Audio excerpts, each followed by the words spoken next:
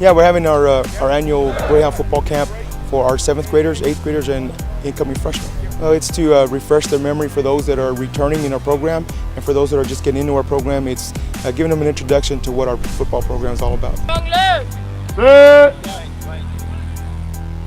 A lot of it has to do with footwork and kids learning terminology to what plays are, what defensive calls are, and just seeing who can move out here.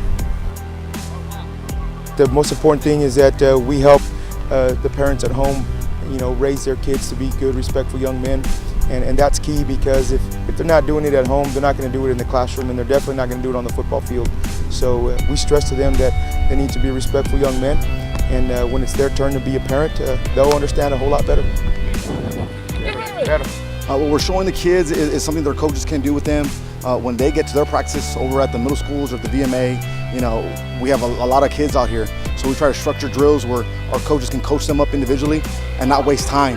So that's a big priority in these drills, is making sure they all get coached with just 1 or 2 coaches that they have at the middle schools. What we're doing here is agility drills, using their hands, learning how to take angles to tackles. That's a big deal with kids now hitting other athletes with their helmets, is making sure their feet at the right place and their head in the right place. That's something we do without pads here, and getting them an understanding of how do I tackle this person, how do I use my feet, how do I use my hips, to keep their head out of the contact.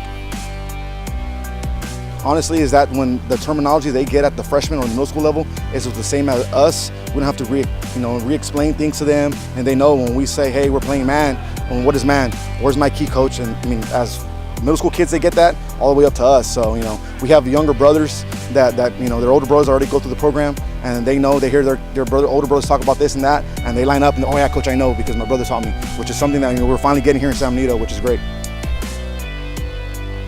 We put so much pressure on our kids to do well in both aspects, because when you're able to put the expectations on individuals are strong enough to rise to the occasion.